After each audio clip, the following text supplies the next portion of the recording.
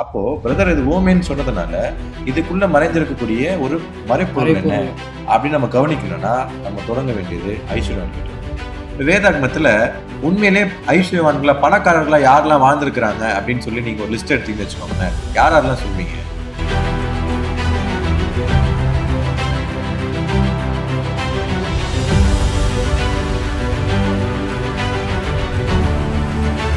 அப்ப பாருங்க, தேவனுடைய எல்லா விதமான ஆசீர்வாதத்தையும் எல்லா விதமான சலுகைகளையும் பெற்றுக்கொண்ட ஒரே ஜனங்கள் இந்த உலகத்துல யாருன்னா இஸ்ரேல் ஜனங்கள். அதுதான் அந்த ஐஸ்வர்யவான்கள் என்பது அடையாளப்படுத்தும். அப்போ ஐஸ்வர்யவான் இன்னும் தெளிவா சொல்லணும்னா 2 கோத்திரத்தாரை அடையாளப்படுத்தும். அந்த யூதா ராஜ்யத்தை அடையாளப்படுத்தும். Very good. யூதா பென்யமீன் அப்படின்ற இந்த 2 கோத்திரத்தை அவர்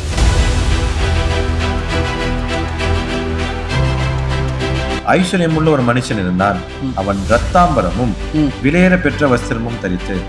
ஸோ இந்த இடத்துல பார்த்தீங்கன்னா 2 விஷயம் இருக்கும். ஒன்று ரத்தாம்பரம், அப்புறம் விலையேற பெற்ற வஸ்திரம் அப்படின்னு சொல்லியிருக்கோம்.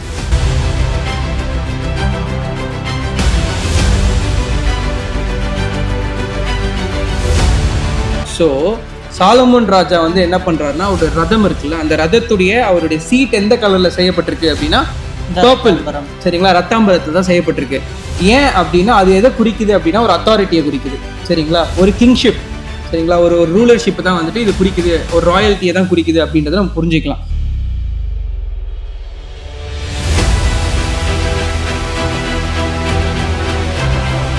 ஸோ இங்க ஆசாரியர்கள்னு அழைக்கிறாரு. ஆமா, ராஜாக்கள் அப்படின்ற ஒரு விஷயம் வருது. யாரு கொடுக்குறாங்க? ஃபர்ஸ்ட் யாருக்கு தான் அந்த அழைப்பு போச்சு அப்படின்னு பார்த்தோம்னா அவர் சொன்ன மாதிரி இஸ்ரேல் ஜனங்களுக்கு தான் போச்சு அப்படின்றத அந்த கார்மெண்ட் வச்சு கூட நம்மளால என்ன பண்ண முடியும்னா புரிஞ்சுக்க முடியும். ஸோ அப்போ இதை வச்சு நம்ம என்ன ஒரு அழகான தெளிவுக்குள்ள வரலாம் அப்படின்னு பார்த்தீங்கன்னா, ஐஸ்வர்யவான் யாரை தான் குடிக்கிறாரு? இஸ்ரேல் ஜனங்களை தான் குடிக்கிறாரு.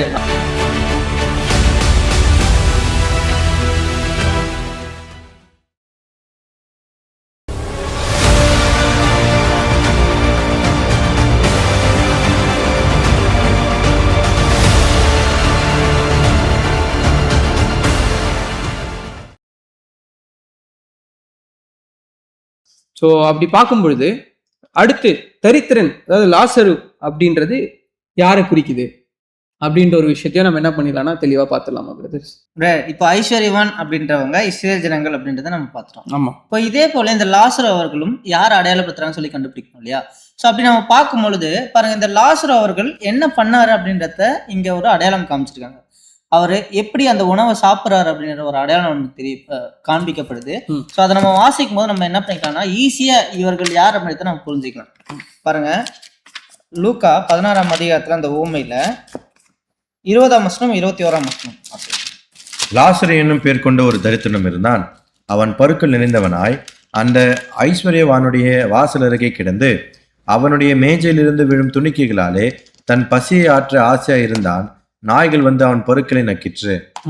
பாருங்க, அவன் மேஜையிலிருந்து விழும் துணிக்கையை சாப்பிடலாம்னு சொல்லி ரொம்பவும் ஆசையா இருந்தாரு அப்படின்னு சொல்லி பார்க்கணும். சோ இப்படிப்பட்ட நிலைமையில இந்த ஒரு அடையாளம் காண்பிக்கப்பட்டிருக்கு. பாருங்க, இதே ஒரு அடையாளத்தை இன்னொரு இடத்துல இயேசு கிறிஸ்துவின் வாழ்க்கையில வந்து என்ன ஆயிருக்குன்னா சம்பவமும் வந்து நடந்திருக்கு. சீரோபெனிக்கா கிரேக்க ஸ்திரீ அப்படின்னு சொல்லி ஒரு ஸ்திரீ இருந்தாங்க. அந்த ஸ்திரீனுடைய மகள் வந்து பாத்தீங்கன்னா வியாதிப்பட்டு கிடந்துட்டு இருந்தாங்க. ஸோ அப்படி கிடந்திருக்கக்கூடிய நிலைமையில அவர்கள் வந்து இயேசு கிறிஸ்து கிட்ட கேட்கிறாங்க. ஸோ இந்த சம்பவத்தை தான் இப்ப நம்ம போய் வாசிக்க போறோம். பாருங்க, மார்க்ல 7ஆம் அதிகாரத்துல 25ஆம் வசனத்திலிருந்து வாசிக்கணும். மார்க்கு 7ஆம் அதிகாரம் 25ஆம் வசனம் முதல். அசுத்தாவி பிடித்திருந்த ஒரு சிறு பெண்ணின் தாயாகிய ஒரு ஸ்திரீ அவரை குறித்து கேள்விப்பட்டு வந்து அவர் பாதத்தில் விழுந்தாள். அந்த ஸ்திரீ சீரோபேனிக்கியா தேசத்தால் ஆகிய கிரேக்க ஸ்திரியா இருந்தாள். அவள் தன் மகளை பிடித்திருந்த பிசாசை துரத்திவிட வேண்டும் என்று அவரை வேண்டிக் கொண்டாள். இயேசு அவளை நோக்கி, முந்தி பிள்ளைகள் திருப்தியடையட்டும், பிள்ளைகளின் அப்பத்தை எடுத்து நாய்க்குட்டிகளுக்கு போடுகிறது நல்லதல்ல என்றார். அதற்கு அவள், மெய்தான் ஆண்டவரே, ஆகிலும் மேஜையின் கீழ் இருக்கும் நாய்க்குட்டிகள் பிள்ளைகளின் சிந்துகிற துணிக்கைகளை தின்னுமே. பாருங்க, இந்த ஸ்திரீ வந்து ஒரு புறஜாதி ஸ்திரீ. இந்த ஸ்திரீயை வந்து தன் மகளை எப்படியாவது வந்து காப்பாத்துங்க அப்படின்னு சொல்லி அங்க என்ன பண்றாங்கன்னா இயேசு கிறிஸ்துவை வந்து கேட்கும்போது, நீ பொறு, நான் இப்ப யாருக்காகத்தான் முதல்ல வந்திருக்கேன்னா பிள்ளைகள் சொல்லி இங்க இயேசு கிறிஸ்து யாரை அடையாளப்படுத்துறான்னா இஸ்ரேல் ஜனங்களை அடையாளப்படுத்த நம்ம ஈஸியா புரிஞ்சுக்க முடியும் இல்லையா? இப்போ பிள்ளைகளை கவனிக்கிறதுக்கு தான் இப்ப இயேசு கிறிஸ்து அந்த டைம்ல 1ஆம் வருகையில வந்திருக்காரு. அந்த டைம்ல அவர் வந்து புறஜாதிகளுக்காக வரல, அதனால வெயிட் பண்ணு அப்படின்னு சொல்லி சொல்றாங்க. இப்போ இந்த ஸ்திரீ என்ன புரிஞ்சுக்கிட்டாங்கன்னா, மெய்தான் ஆண்டவரே, ஆனாலும் மேஜையிலிருந்து விழும் துணிக்கையை சாப்பிடறதுக்காக என்ன பண்ணணும்னா, அந்த நாய்க்குட்டிகள்லாம் ஆவலா இருக்கும் இல்லையா, பிள்ளைகள் வந்து மேஜையில உட்காந்து சாப்பிடுறாங்க, கீழே சுத்தி என்ன இருக்குன்னா நாய்க்குட்டிகள் என்ன பண்ணிட்டு இருக்கோம், சுத்திட்டு இருக்கும். அது என்ன பண்ணும், மேஜையில இருந்து விழுற துணிக்கைகள் என்ன பண்ணணும்னா சாப்பிடறதுக்கு ரொம்ப ஆசையா இருக்கும் இல்லையா. ஸோ அப்ப அந்த நாய்க்குட்டிகளுக்கு அடையாளமா யார சொல்றாங்கன்னா, தங்களை அந்த புறஜாதியில என்ன பண்ணிக்கிறாங்கன்னா இங்க கம்பேர் பண்ணி அந்த ஸ்திரீ என்ன பண்றாங்கன்னா சொல்றாங்க அப்படின்னு சொல்லி பார்ப்போம். அப்போ இதுல இருந்து நம்ம ஈஸியா என்ன புரிஞ்சுக்கலாம்னா, பாருங்க எப்படி அந்த புறஜாதிகளாகிய அந்த நாய்க்குட்டி மேஜையில இருந்து விழும் துணிக்கைக்காக ஆசையா இருந்துச்சோ, அதே போல இப்ப நம்ம பார்க்கக்கூடிய இந்த ஊமையில அந்த லாசர் அவர்களும் எப்படி இருந்தாங்க, அந்த ஐஸ்வர்யவானுடைய மேஜையில இருந்து வரும் துணிக்கைக்காக ரொம்பவும் ஆவலா இருந்தாங்க. அப்போ இதுல இருந்து நம்ம டைரக்டா என்ன புரிஞ்சுக்கலாம்னா, அந்த லாசரு அப்படின்னா அந்த தரித்திரன் யாரை அடையாளப்படுத்துறாங்க, ஜென்டைல் பீப்புள், அதாவது புறஜாதிகளாக நம்மள அடையாளப்படுத்துறாங்க அப்படின்னு சொல்லி. சோ இப்போ அடுத்ததா அந்த லாசரு அவர்களுடைய உடம்பு முழுவதும் என்ன இருந்துச்சு, பருக்கள் இருந்துச்சு இல்லையா. அப்ப பருக்கள் அப்படின்றது பொதுவா எதை அடையாளப்படுத்தும் சொல்லி பார்க்கும்போது எதை அடையாளப்படுத்தும் அப்படின்றதுக்கு ஒரு வசனம் நம்ம ட்ரை பண்ணி பார்க்கலாம். பாருங்க, ஏசாயா 1ஆம் அதிகாரத்துல 5ஆம் வசனம் 6ஆம் வசனம் வாசி.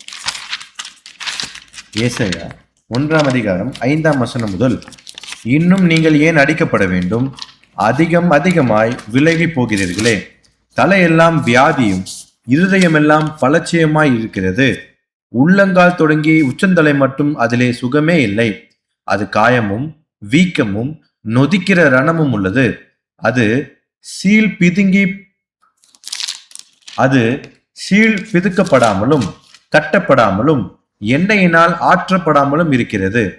பாருங்க, இங்க இஸ்ரேல் ஜனங்களுக்கு வச்சு இங்க 1ஆம் அதிகாரத்துல ஃபுல்லா வந்து அவங்க என்ன பண்றாருன்னா ஏசாயா தீர்க்கதரிசிக்கு என்ன பண்றாருன்னா சொல்லிட்டாரு தேவன். சோ அவர்களுடைய நிலைமையை குறித்து சொல்லும் பொழுது பாருங்க 6ஆம் வசனத்துல அவருடைய நிலைமை எப்படி இருக்குன்னா, அது வந்து அது காயமும் வீக்கமும் நொதிக்கிற ரணமும் உள்ளது அப்படின்னு சொல்லியிருக்கு.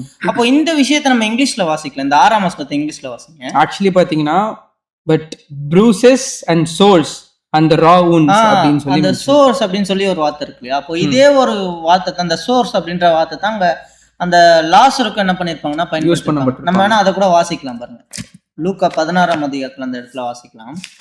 லூக்கா 16ஆம் அதிகாரம் 20ஆம் வசனத்துல, and at his gate was laid a poor man named Lazarus covered with sores.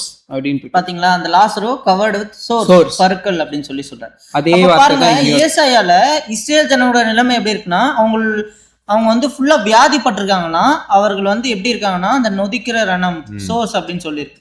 அப்ப உண்மையிலேயே அவர்கள் அந்த பருக்கள் நிறைந்த சூழ்நிலையில அவங்க உடம்பு ஃபுல்லா அப்படி இருந்துச்சுன்னா இல்ல, அங்க ஏசாயால தீர்க்கதரிசனமா சொல்லியிருக்காங்க. தீர்க்கதரிசனமா என்ன சொல்லியிருக்காங்கன்னா, இஸ்ரேல் ஜனங்களோட நிலைமை எப்படி இருக்குன்னா, அவர்கள் ரொம்பவும் பாவமான ஒரு நிலைமையில தேவனை விட்டு விலகி போய் ஃபுல்லாவே விக்கிரக ஆராதனைக்குள்ள என்ன பண்ணிட்டாங்கன்னா போயிட்டாங்க.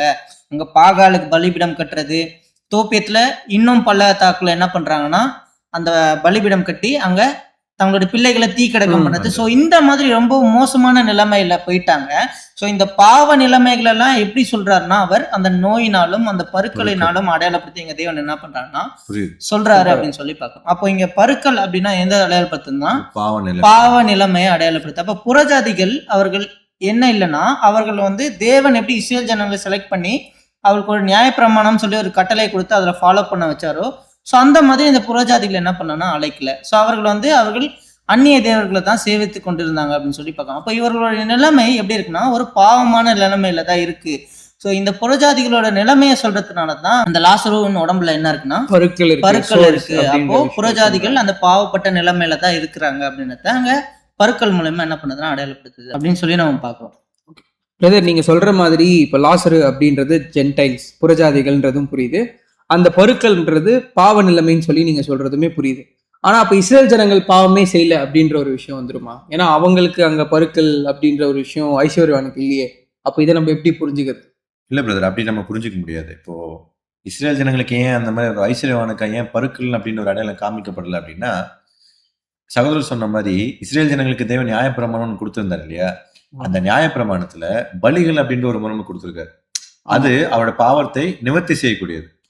அந்த முறைமை இவர்களுக்கு இல்ல. யாருக்குன்னா புறஜாதிகளுக்கு இல்ல. அதனால அவரோட நிலைமை ரொம்ப மோசமா இருந்துச்சு. இவர்கள் பாவங்கள் அப்பப்போவே பலிகள் செலுத்தப்பட்டு வந்ததுனால நிவர்த்தி செஞ்சு வந்துட்டே இருந்தார் அப்படின்னு சொல்லி பார்க்கணும். சூப்பர். இன்னொரு மிக முக்கியமான விஷயம் என்னன்னா, அங்க முதலாம் இருக்கிற இயேசு கிறிஸ்துவும் இஸ்ரேல் ஜனங்களுக்காக வந்துட்டார் அப்படின்னு சொல்லி பார்க்கணும். ஸோ அந்த நிலைமையில இருக்கும்போது இயேசு கிறிஸ்து இஸ்ரேல் ஜனக்காகவும் தான் மறிக்க வந்திருக்காரு, புறஜாதிகளுக்காக தான் மறிக்க வந்திருக்காரு அப்படின்னு சொல்லி பார்க்கும்போது அந்த இடத்துல இஸ்ரேல் ஜனங்களுக்கு அங்க ஒரு மேன்மையான ஒரு விஷயம் இயேசு கிறிஸ்து மூலமா கிடைக்கிறதுனால அங்க அடையாளப்படுத்தல பருக்கள் அப்படின்றத நம்ம பார்க்கணும். ஓகேங்களா? ஸோ அப்போ நம்ம லாசரு அப்படின்ற அந்த நபர் அவர் புறஜாதிகளை அடையாளப்படுத்தாரு, பருக்கள் புறஜாதிகளுடைய அந்த பாவ நிலைமையை அடையாளப்படுத்துது அப்படின்னு சொல்லி பார்ப்போம். பாருங்க, இப்ப இங்க இன்னொரு மிக முக்கியமான அடையாளம் காண்பிக்கப்பட்டது என்னன்னா, பாருங்க அந்த லாசரன் உடம்புல ஃபுல்லா பருக்கள் இருந்துச்சு. அந்த பருக்குல என்ன நக்கிச்சு? நாய் நக்குனது. இப்ப அடுத்த கேள்வி என்னதுன்னா, இப்ப இந்த நாய் நக்கக்கூடிய விஷயம் என்னது? நாயினா யார் அடையாளப்படுத்துறாங்க அப்படின்றத அதை குறிச்சு நீங்க பேசுவீங்களா? Okay brother. இப்போ நாய் அப்படின்றது யார் அடையாளப்படுத்துது அப்படின்னு புரிஞ்சுக்கணும். அப்படின்னா அந்த நாய் அங்க என்ன செய்யுதுன்றதை ஃபர்ஸ்ட் நம்ம தெரிஞ்சுக்கலாம். நாய் என்ன பண்ணுதா, அந்த பருக்களை நக்குது. லிட்டரலா நீங்க யோசிச்சு பாருங்களேன், அந்த பருக்கள் அப்படின்னும் போது அது ரொம்பவே ஒரு அரிப்புத்தன்மை உள்ளதா இருக்கும். ஆனா நம்ம சொரியக்கூடாதுன்னு சொல்லுவாங்க. அப்போ நாய் நக்குச்சுன்னா அது எப்படி இருக்கும்னா, கொஞ்சம் நல்லா அப்படியே கொஞ்சம் டைம் இதமா இருக்கும். ஆனா அந்த நாய் நக்கிட்டு போயிட்ட பிறகு ஏற்கனவே இது சீல் பிதுங்கி இருக்கக்கூடிய இந்த ஒரு காரியம் இன்னும் இது என்ன ஆயிடும்னா இன்ஃபெக்ஷன் அதிகமாயிட்டு இன்னும் கூடிய சீக்கிரத்துல அது என்ன பரவ ஆரம்பிச்சிடும். அந்த மனிதன் மரணத்துக்கே போகக்கூடிய நிலைமை கூட இது கொண்டு போகலாம். அப்ப இந்த ஒரு அடையாளத்தை வச்சு நாய் என்பது எதை நம்ம புரிஞ்சுக்கலாம் அப்படின்னு நம்ம போகணும் அப்படின்னா வசனம் நமக்கு சொல்லுது. படிக்கலாமா? பாருங்க, ஏசாயால 56ஆம் அதிகாரம் 10ஆம் வசனம் 11ஆம் வசனம் படிக்கும் போது நல்லா கவனிக்கலாம். ஏசாயால 56ல 10-11, அவனுடைய காவற்காரர் எல்லாரும் ஒன்றும் அறியாத குருடர், அவர்கள் எல்லாரும் குலைக்க மாட்டாத ஊமையான நாய்கள், தூக்க மயக்கமாய் புலம்புகிறவர்கள், படுத்துக் கொள்ளுகிறவர்கள், நித்திரை பெரியர், திருப்தி அடையாமல் இருக்கும் பெருவயிற்று நாய்கள், பகுத்தறிவில்லாத மெய்ப்பர், அவர்களில் ஒவ்வொருவனும் தன் தன் வழியையும் அவனவன் தன் தன் மூளையிலிருந்து தன் தன் பொழிவையும் நோக்கி கொண்டிருக்கிறான். அப்போ பாருங்களேன், இந்த பெருவயிற்று நாய்கள் யார் அடையாளப்படுத்துறாரு அப்படின்னா பகுத்தறிவில்லாத மெய்ப்பர். The shepherds who have no understanding. பாருங்க, ரொம்ப அழகாக போடப்பட்டிருக்கு. இந்த இடத்துல சொல்லும் போது ஏசாயா சொல்லும் போது அந்த டைம்ல இஸ்ரேலை வழிநடத்தக்கூடிய நிலைமையில இருந்த கண்டிப்பா அழகா புரிஞ்சிடுச்சா? இப்போ அப்ப நம்ம வசனம் படிக்கும்போது தெளிவா சொல்லிடுச்சு, the shepherds with no understanding அப்படின்னா வேதத்தினுடைய சரியான புரிந்து கொள்ளுதலே இல்லாத இன்னைக்கு இருக்கக்கூடிய போதகர்களும் சரி, அன்னைக்கு இருந்த போதகமார்களையும் சரி, இவர்களை அடையாளப்படுத்துது. அந்த நாய் இந்த மாதிரி இருக்கக்கூடிய ஒரு போதகர்கள். நாய்கள் அப்படின்றது பொதுவா யார் அடையாளப்படுத்துதுன்னா வேதத்தினுடைய புரிந்து கொள்ளுதல் இல்லாத எல்லாரையும் வேதம் என்னன்னு சொல்லுது அப்படின்னா பகுத்தறிவு இல்லாத மெய்ப்பர்கள், நாய்கள் அப்படின்னு சொல்லி என்ன பண்ணா சொல்லுது. ஓகே. அப்போ அந்த நாய் அப்படின்றது அந்த டைம்ல நீங்க சொன்ன மாதிரி யார் நியாயப்பிரமாணத்தை எடுத்து போதிச்சாங்களோ அவர்களை அடையாளப்படுத்துது. யார் அப்படின்னா பரிசேயர், சதுசேயர். அவங்களுக்கு ஒரு அண்டர்ஸ்டாண்டிங் இருந்துச்சா அதை பத்தி? கிடையாது. இப்ப அவங்க என்ன பண்றாங்கன்னா இந்த புறஜாதிகள் கிட்ட இவர்களுடைய காரியத்தை தனக்கு சாதகமா பயன்படுத்தி என்ன பண்றாங்க அப்படின்னு சொல்லி பாத்தீங்கன்னா சில காரியங்களை செய்யறாங்க. அதை மட்டும் நம்ம என்ன பண்ணலாம்னா படிச்சிடலாம். பாருங்க, மத்தேயுல 23ஆம் அதிகாரத்துல நம்முடைய ஆண்டவர் இயேசு கிறிஸ்து இந்த பரிசேயர் சதுசேயரை குறிச்சு 7 முறை என்ன பண்ணிருப்பாரு அப்படின்னா ஐயோ அப்படின்னு சொல்லி என்ன பண்ணிருப்பாருன்னா பேசியிருப்பார். அதுல முக்கியமான சில விஷயங்கள் படிக்கலாம். 23ஆம் அதிகாரம் 14ஆம் வசனம் படிக்கும் போது, மாயக்காரராகிய வேத பாரகரே பரிசேயரே உங்களுக்கு ஐயோ, பார்வைக்காக நீண்ட ஜெபம் பண்ணி விதவைகளின் வீடுகளை பட்சித்து போடுகிறீர்கள், இது நிமித்தம் அதிக ஆக்கினையை அடைவீர்கள். 15ஆம் வசனம், மாயக்காரராகிய வேத பாரகரே பரிசேயரே உங்களுக்கு ஐயோ, ஒருவனை உங்கள் மார்க்கத்தானாக்கும்படி சமுத்திரத்தையும் பூமியையும் சுற்றி திரிகிறீர்கள், அவன் உங்கள் மார்க்கத்தான் ஆன பின்பு அவனை உங்களிலும் ரெட்டிப்பாய் நரகத்தின் மகனாக்குகிறீர்கள். அப்ப என்ன சொல்ல வர்றாருன்னா பாருங்க, அவங்க பிடிக்கிறதுலாம் பாருங்க, விதவைகள், இந்த மாதிரி யாரெல்லாம் பலவீனமான ஆட்கள் இருக்காங்களோ புறஜாதிகள்ல அவங்ககிட்ட போயிட்டு அவர்களை பட்சித்து அப்படின்னா அவர்கள்கிட்ட இருந்து சில காரியங்களை வாங்கி அவர்களை ஜீவனுக்குள்ள கொண்டு போற ஒரு உபதேசத்தை அவங்க உபதேசிக்கல, அதுக்கு பதிலாக அது மரணத்துக்குள்ள போற மாதிரி இருந்தது. அப்படின்னா என்னன்னா இந்த ஜீவனுக்குரிய காரியங்கள் அவங்களுக்கு புரியல, அப்ப அவங்க ஸ்டில் எதுலதான் இருக்காங்க அப்படின்னா இந்த ஜீவனற்ற நிலைமைக்குள்ள இருக்காங்க. ஆனா அது அவங்களுக்கு ஒரு சுகமா இருக்கும். கேட்கும்பொழுது எப்படி இருக்கும்னா இப்ப இது சொல்லணும் அப்படின்னா ஆசீர்வாதங்கள் மட்டுமே என்ன பண்ணப்படுதுன்னா மக்களுக்கு போதிக்கப்படுது. இது மக்களுக்கு எப்படி இருக்கு அப்படின்னா ரொம்பவே ஒரு ஆசீர்வாதம் நல்ல ஒரு விஷயமா இருக்கு. ஆனா வித்தவுட் அண்டர்ஸ்டாண்டிங், அங்க அண்டர்ஸ்டாண்டிங்கே இல்லை. அப்ப தேவனுடைய திட்டத்தை புரிந்து கொள்ளாதவர்கள், அந்த இடத்துல புரிந்து கொள்ளாமல் போதிப்பவர்கள், அவர்களை வேதம் நாய்கள் அப்படின்னு என்ன பண்ணுதுன்னா அப்ப இந்த மாதிரி போதனைகளை இந்த புறஜாதிகள் விரும்புறதுனால அந்த இடத்துல அவர்களுக்கு என்ன ஆகுதுன்னா லிட்டரலா ஒரு சந்தோஷம் கிடைக்கும். பாருங்க, புறஜாதிகளுக்கு அடையாளத்துல பாத்தீங்க அப்படின்னா அவங்க வாசல் அருகே இருக்காங்க. அப்போ ஒரு அந்த ஐஸ்வர்யவான் சாப்பிடுறதெல்லாம் நல்லா பாக்குறாங்க அப்படின்னா இஸ்ரேல் ஜனங்கள் தேவனால் வழிநடத்தப்படக்கூடிய காரியங்களை வனாந்திர பிரயாணத்துல இருக்கும்போது சுற்றி இருக்கிற எல்லா புறஜாதிகளும் பார்த்தாங்க. அந்த மாதிரி அந்த அந்த தரித்திரனும் பார்த்தாரு. ஆனா அவரால் என்ன பண்ண முடியல, எதையும் அனுபவிக்க முடியல. அப்ப அங்கிருந்து ஒருத்தர் வந்து ஒரு வார்த்தைகளை சொல்லும் போது இவர்களுக்கு அது ரொம்ப நல்ல வார்த்தைகளா தெரிஞ்சிச்சு. ஆனா அது அவர்களை ஜீவனுக்குள்ள கொண்டு போல. அதுதான் நாய்கள் பருக்களை நக்குவது அப்படின்ற ஒரு அடையாளத்தை நம்ம ஆண்டவர் இயேசு கிறிஸ்து ரொம்ப தெளிவா என்ன பண்ணிருக்காருன்னா காமிச்சிருக்காரு. இதை இன்னொரு இடத்துல கூட பார்க்கும் பொழுது அந்த தங்கள் சுய இச்சைகளுக்கு ஏற்ற போதகங்களை தெரிந்து கொண்டு கட்டுக்கதைகளுக்கு சாய்ந்து போனாங்கன்னு சொல்லி வசனம் இருக்கும். Very good. அப்போ தங்களுக்கு தேவையான போதகர்களை நம்ம புறஜாதி அதாவது கிறிஸ்தவ மக்கள் வந்து இன்னைக்கும் தெரிஞ்சுக்கிறாங்க. சோ அந்த போதனைகளை கேட்கும் போது அவர்களுக்கு இன்பமா இருக்கும். ஆனா முடிவுல அது எங்கதான் அவர்கள் கூட்டு போகுதுன்னா மரணத்துக்கு. கரெக்ட். அதனாலதான் அப்போஸ்தலன் பவுல் சொல்றாரு, அவர்கள் செவித்திணை உள்ளவர்களாகி அப்படின்னா தங்கள் செவிக்கு ஏற்ற போதங்களை தெரிஞ்சுக்கிட்டாங்க. அது தேவனுடைய வார்த்தையா இல்லையான்னு பகுத்தறியாம போயிட்டாங்க. கேட்கறதுக்கு அந்த விஷயங்கள் ரொம்ப நல்லா இருக்கும், இனிமையா இருக்கும், நம்மளுக்கு ரொம்ப ஒரு பிளசன்ட் ஃபீலிங் கொடுக்கும். ஆனா அது என்னன்னா தேவனுடைய திட்டமா இருக்காது. ஆமா, கரெக்ட். அப்போ கரெக்டா புரிஞ்சுக்கணும்னா நாய்கள் இந்த பகுத்தறிவில்லாத மெய்ப்பர், shepherds without understanding of Bible and divine plan அப்படின்றத நம்ம என்ன பண்ணிக்கலாம்னா புரிஞ்சுக்கலாம். Super super. ஸோ அப்போ இதுல இருந்து நம்ம மேஜரா என்னென்ன விஷயம் புரிஞ்சிருக்கோம் இது வரைக்கும் அப்படின்னா, இந்த ஊமையில ஐஸ்வர்யவான் அப்படின்றது இஸ்ரேல் ஜனங்களை குறிக்குது. சரிங்களா? லாசரு, அந்த தரித்திரனாகிய லாசரு வந்து யாரை குறிக்குதுன்னா ஜென்டைல்ஸ் புறஜாதிகளை குறிக்குது. அவங்களுடைய பருக்கள்ன்றது அவங்களுடைய பாவங்களை குறிக்குதுன்றதையும் பார்க்குறோம்.